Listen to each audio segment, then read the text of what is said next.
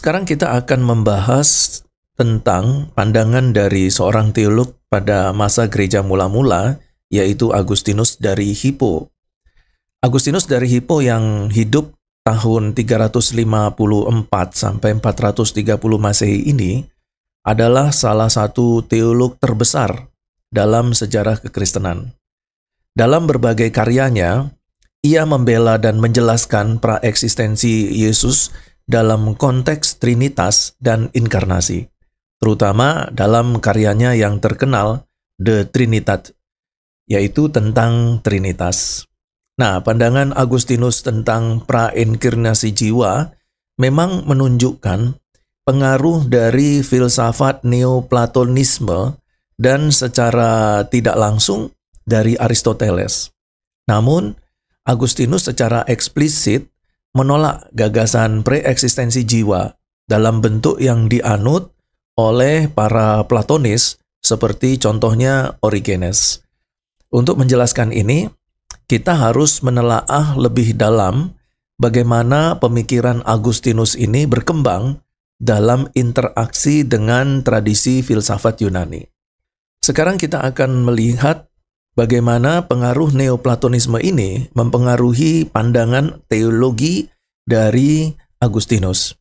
Nah, Agustinus sangat dipengaruhi oleh karya-karya Plotinus dan Porphyros, tokoh utama Neoplatonisme. Dalam Neoplatonisme, khususnya pada Plotinus, terdapat keyakinan bahwa jiwa manusia ini berasal dari dunia ide dan pernah eksis di sana sebelum turun ke dunia materi, preeksistensi. Jiwa dianggap sebagai pancaran atau emanasi dari yang satu, Tohen, dan keberadaannya di dunia material adalah semacam penurunan atau fall dari kondisi asal yang spiritual dan murni. Nah, Agustinus mengadopsi banyak aspek filsafat dari Neoplatonisme, terutama pandangan tentang hierarki realitas, pencarian akan yang satu sebagai analogi Tuhan, dan pemahaman tentang jiwa sebagai entitas rasional yang lebih tinggi daripada tubuh. Namun, Agustinus menolak secara eksplisit gagasan bahwa jiwa manusia pernah eksis sebelum tubuh. Dalam karyanya De Anima et Eius Origine, ia menolak teori preeksistensi dan lebih condong pada pandangan bahwa jiwa diciptakan langsung oleh Tuhan untuk setiap individu. Atau dalam beberapa tulisan sebelumnya, ia mempertimbangkan teori traduksianisme bahwa jiwa itu diturunkan dari orang tua bersama dengan tubuhnya. Nah, Agustinus berkata, jiwa manusia itu tidak berada sebelum tubuh, atau jika berada, ia tidak menyadarinya dan tidak membawa ingatan dari keberadaannya itu. Ini menunjukkan penolakannya terhadap preeksistensi jiwa dalam arti Platonis. Kemudian yang kedua yaitu pengaruh dari Aristoteles, sekalipun ini secara tidak langsung, terhadap teologi Agustinus, secara khusus tentang preinkarnasi. Agustinus tidak banyak mengutip Aristoteles secara langsung, dan pengaruhnya terhadap Agustinus itu jauh lebih kecil dibandingkan Plato. Namun, melalui tradisi Latin dan komentar-komentar Neoplatonis yang menggabungkan pemikiran Aristoteles dan Plato, Agustinus mengenal beberapa ide Aristoteles ini. Nah, Aristoteles sendiri menolak gagasan preinkarnasi jiwa dalam pengertian Platonis. Dalam De Anima, ia menyatakan bahwa jiwa adalah aktualitas pertama dari tubuh yang berpotensi hidup. De Anima 2 ayat 1. Dan jiwa serta tubuh merupakan satu kesatuan substansial.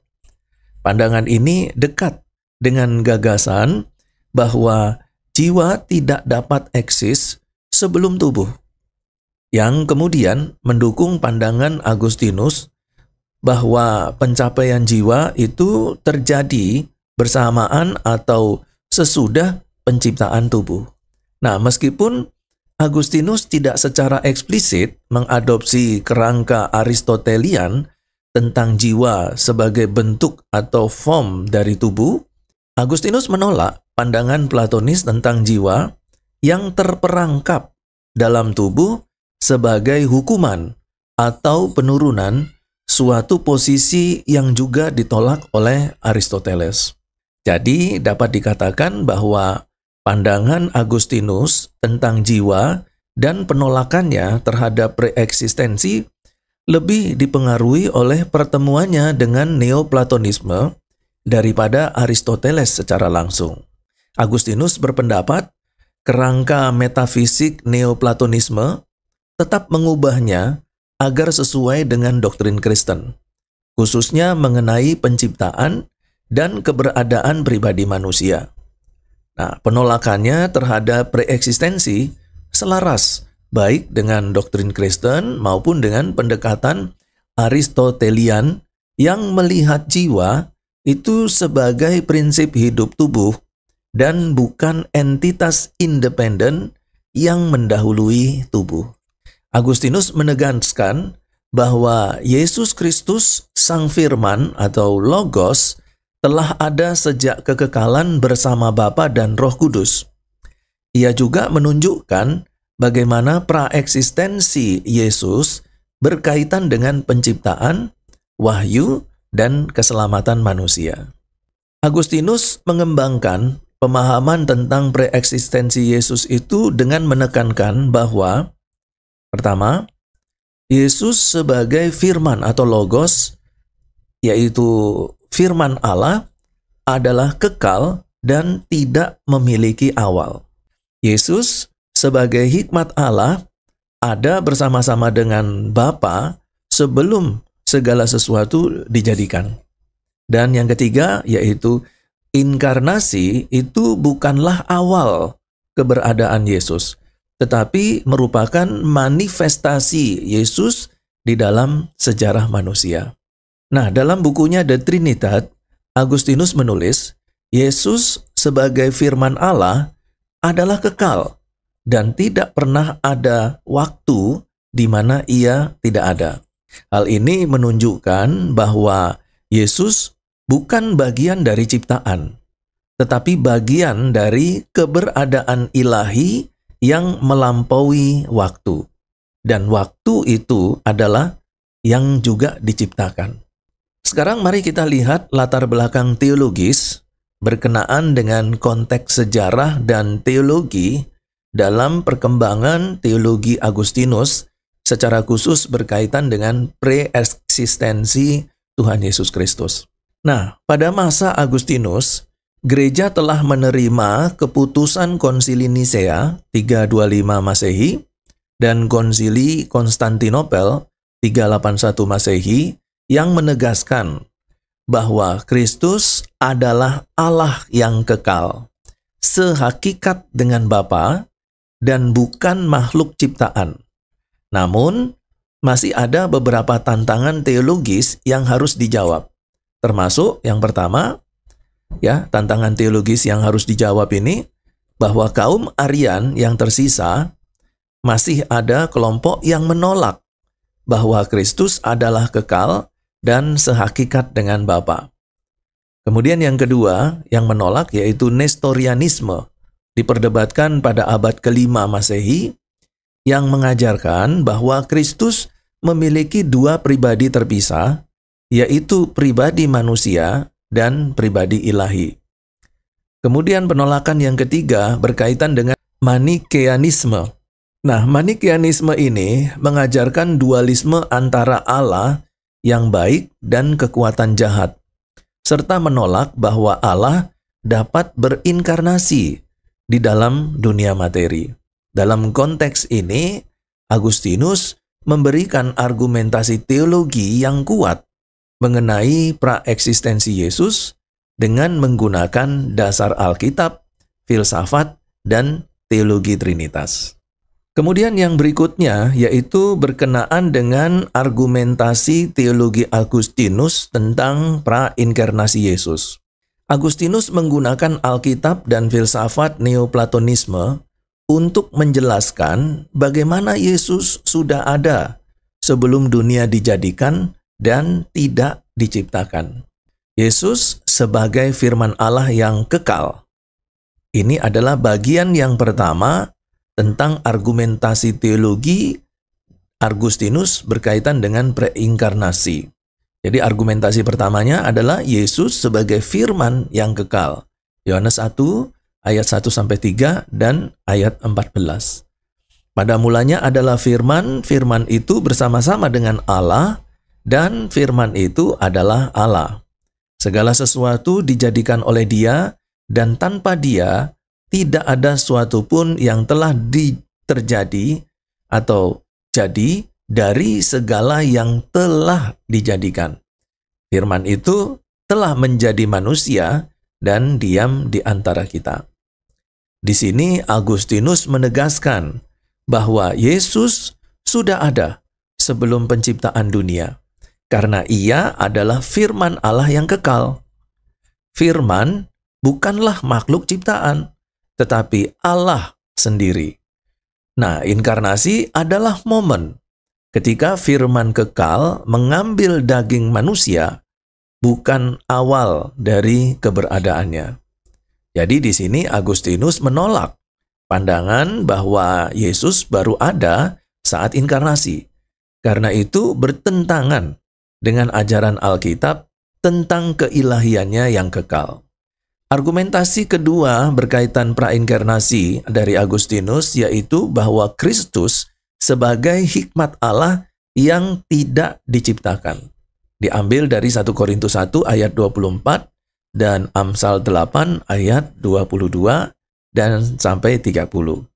Tetapi bagi mereka yang dipanggil, baik orang Yahudi maupun orang bukan Yahudi, Kristus adalah kekuatan Allah dan hikmat Allah. 1 Korintus 1 ayat 24. Tuhan telah menciptakan aku sebagai permulaan pekerjaannya, sebagai yang pertama dari perbuatan-perbuatannya sejak dahulu kala. Amsal 8 ayat 22 dari versi Septuaginta. Nah, ayat dari Amsal ini sering digunakan oleh kaum Arian untuk menunjukkan bahwa Kristus adalah ciptaan pertama Allah. Namun, Agustinus memberikan penafsiran yang berbeda, bahwa kata diciptakan dalam Amsal 8 ayat 22 itu sebenarnya berarti diatur atau dinyatakan, bukan diciptakan dari ketiadaan. Sebagai hikmat Allah, Kristus tidak bisa menjadi makhluk ciptaan karena Allah selalu memiliki hikmat sejak kekekalan. Jika Allah menciptakan melalui firman, maka firman itu sendiri tidak bisa menjadi ciptaan. Dengan kata lain, bahwa Yesus Kristus adalah hikmat yang kekal, bukan makhluk ciptaan, sehingga Ia praeksisten bersama Bapa.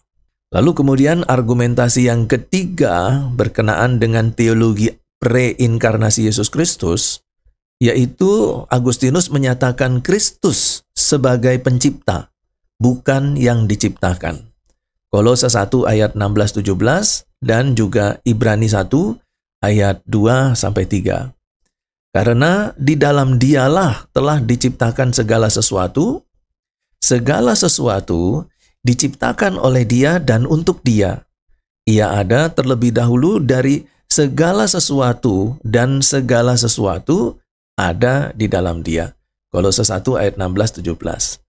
Lalu Ibrani 1 ayat 2, maka pada zaman akhir ini, Ia telah berbicara kepada kita dengan perantaraan anaknya. Oleh Dia, Allah telah menjadikan alam semesta. Di sini Agustinus menjelaskan bahwa Yesus menciptakan segala sesuatu, yang berarti bahwa Yesus Kristus sendiri tidak termasuk di dalam ciptaan.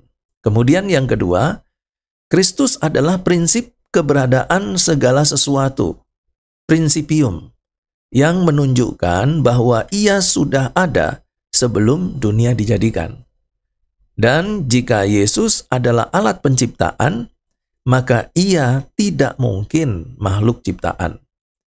Nah, dengan ini, maksudnya dengan argumentasi ini, Agustinus menolak pandangan yang menyatakan bahwa Yesus adalah makhluk yang lebih tinggi, tetapi tidak ilahi.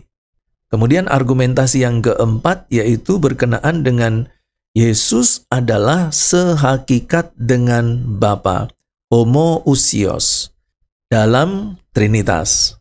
Dalam The Trinity, Agustinus menjelaskan bahwa Yesus dan Bapa itu memiliki hakikat yang sama, sehingga Yesus tidak mungkin disebut makhluk ciptaan. Bapa, Putra, dan Roh Kudus adalah satu Allah dalam 3 pribadi. Jika Bapa kekal, maka Putra juga kekal, karena tidak ada waktu ketika Bapa tanpa Putra. Bapa selalu bersama-sama dengan Putra. Agustinus menggunakan analogi pikiran, pengetahuan, dan kasih. Bapa itu adalah pikiran, Putra itu adalah pengetahuan, firman, hikmat, dan Roh Kudus adalah kasih. Karena pengetahuan Allah bersifat kekal, maka Putra, yaitu firman, juga kekal. Ini membuktikan bahwa Kristus tidak memiliki awal keberadaan, tetapi sudah ada sebelum segala sesuatu diciptakan. Nah, bagaimana dengan implikasi teologisnya? Apa yang ditegaskan dan apa yang ditolak dalam teologi Agustinus berkenaan dengan prainkarnasi Yesus Kristus? Yang pertama adalah apa-apa saja yang ditegaskan oleh Agustinus. Yang pertama, Agustinus menegaskan bahwa Kristus praeksisten dan kekal, bukan makhluk ciptaan. Penegasan yang kedua, Agustinus adalah firman dan hikmat Allah yang tidak diciptakan. Penegasan yang ketiga, Kristus sehakikat dengan Bapa dalam Trinitas, homoousios. Dan yang keempat, yaitu penegasan bahwa Kristus adalah pencipta dan pemelihara alam semesta. Dan apa yang ditolak oleh Agustinus? Yang pertama adalah Arianisme, yang menyatakan bahwa Yesus adalah makhluk ciptaan. Ini ditolak, karena faktanya adalah bahwa Yesus itu kekal. Kemudian Subordianisme, yang menyatakan bahwa Yesus lebih rendah dari Bapa dalam hakikat. Ini ditolak, karena memang sebenarnya Yesus adalah homoousios dengan Bapa, sehakikat dengan Bapa. Kemudian yang berikutnya yang ditolak adalah Manikeanisme, yang menyatakan bahwa Allah tidak bisa berinkarnasi di dalam dunia materi. Ini pun ditolak, karena memang kenyataannya adalah bahwa Yesus benar-benar berinkarnasi. Jadi, dapat disimpulkan secara signifikansi teologi Agustinus tentang praeksistensi Yesus, yaitu bahwa Yesus bukan makhluk ciptaan, tetapi firman Allah yang kekal. Yesus telah ada sejak kekekalan bersama Bapa, bukan baru atau ada saat inkarnasi. Nah, Yesus adalah satu hakikat dengan Bapa, homoousios, sehingga ia adalah Allah sejati. Yesus adalah alat penciptaan dan pemeliharaan dunia, yang berarti bahwa ia sudah ada sebelum dunia dijadikan.